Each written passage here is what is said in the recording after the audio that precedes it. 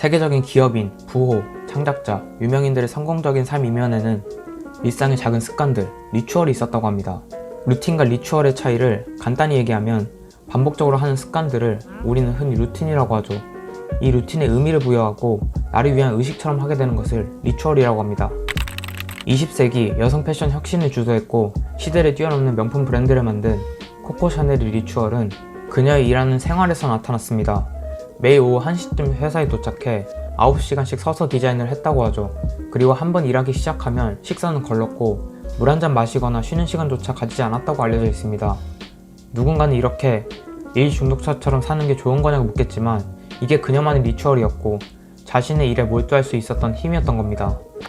영화 기생충으로 아카데미 시상식을 휩쓴 봉준호 감독은 작품을 준비하고 시나리오를 쓸 때 서너 곳의 카페에서 매일 정해진 시간에 시나리오 작업을 한다고 알려져 있습니다. 많은 사람들의 대화 속에서 영감을 얻기도 하고 그들의 움직임을 관찰하며 장면을 그리기도 한다고 하죠. 그런 영감들과 상상력이 연결되어 이야기를 구성한다고도 합니다. 누군가는 왜 정신없이 이곳저곳을 돌아다니면서 일하냐고 할 수 있습니다. 하지만 봉준호 감독의 리추얼을 자세히 들여다보면 자신이 어떤 상황과 환경에서 일의 능률을 올릴 수 있는지 정확히 파악하고 활용하고 있었던 것을 알 수 있는 것 같습니다. 10년 넘게 국민 MC 자리를 지키고 있는 유재석 또한 그 이면에 엄청난 노력들이 숨어있죠. 작게 쪼개서 나열해보면 매일 아침 종이신문 3-4부를 돌려읽기, 체력 관리를 위해 금연하기, 2시간씩 꾸준히 운동하기, 여러 대의 TV로 많은 방송들을 모니터링하기, 저녁 7시 이후 금식하기, 11시에 취침하기, 이렇게 자신만의 작은 리추얼들을 많이 갖고 있는 것으로 알려져 있습니다. 별거 아닌 것처럼 보이는 작은 리추얼들이 10년이 넘게 축적된 결과물이 되었고 그것이 바로 우리가 지금 보고 있는 유재석이 아닐까요?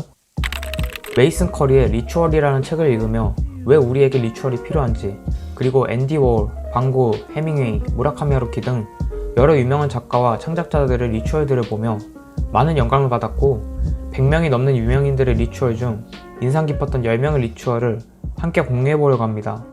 김정은 문화심리학자는 왜 현대인들에게 리추얼이 필요한지 이렇게 말합니다.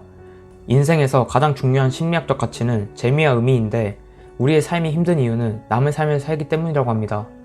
내가 재밌어하고 선택한 일을 한다면 쉽게 힘들지 않으니까요. 그러나 재미만 추구하면 또 문제가 생긴다고 말하는데요. 말초적 재미는 금방 실증이 나기 때문이고 재미가 있어도 의미가 없으면 지속될 수 없기 때문입니다. 의미가 있는 삶이 지속 가능한 삶이라고 말합니다. 100세 시대, 100년의 시간을 의미 있게 지속 가능한 삶으로 만들 수 있어야 진짜 성공한 삶이 아닐까요? 그렇다면 의미는 어떻게 만들어지는 걸까요? 김정은 박사는 바로 리추얼을 통해서라고 대답합니다. 사소하고 단조로운 반복으로 보일 수 있지만 자신이 의미 있는 존재로 확인되는 것 자체로 삶의 주인이 된다는 거죠.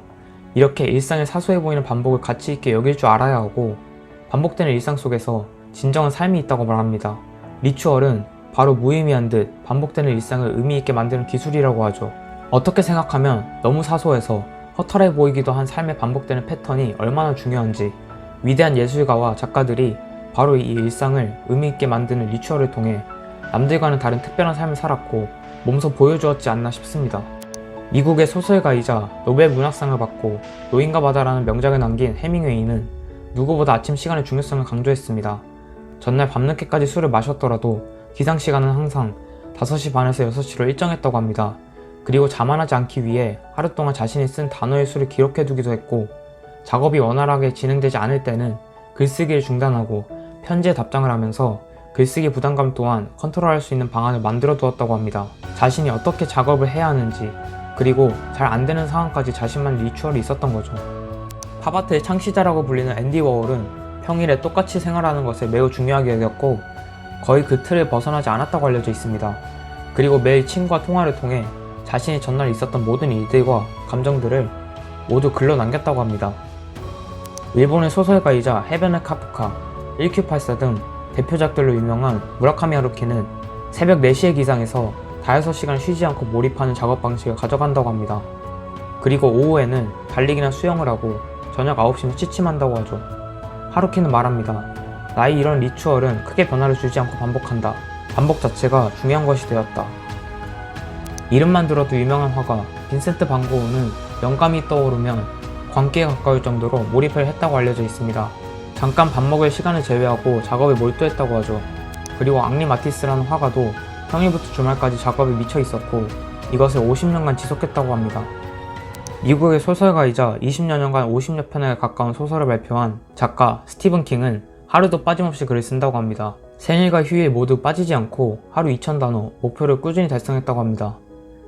미국의 생물학자 스티븐 제이 굴드는 연구와 집필 활동을 일이 아닌 삶 자체로 여겼고 평일 주말 가릴 것 없이 활동했다고 합니다. 스티븐 제이 굴드에게 해야 할 일은 좋아하는 것이었기 때문이죠.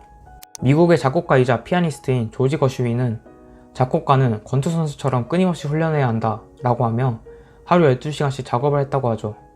앤서니 트롤럭과 거투르드 스타인 두 작가 모두 하루에 꾸준히 일정 분량의 글을 규칙적으로 써나갔다고 합니다. 이렇게 작가, 화가, 작곡가, 음악인 등 많은 예술가와 유명인들의 리추얼들을 살펴보면서 느낀 점은 공통된 전제 조건이 있어 보인다는 점이었습니다. 그것은 바로 자신의 일을 사랑한다는 점이죠. 그리고 그들은 자신들의 일을 삶 그 자체처럼 느끼기에 그들 각자만의 리추얼이 그들의 삶을 더 빛나게 해주는 것이 아닐까 생각이 들었습니다. 그리고 창의적이고 영감을 받아야 하는 일을 가진 많은 창작자들이 자유분방하게 작업하고 일정한 규칙과는 거리가 먼 사람들처럼 보이지만 오히려 루틴화된 습관들을 꾸준히 밀고 나가는 사람이 많았고 꾸준함 속에서 창의적일 수 있다는 것도 알게 되었습니다. 다양한 스토리로 다양한 관점을 갖길 원하는 사람이라면 지금 이 채널을 구독해보세요.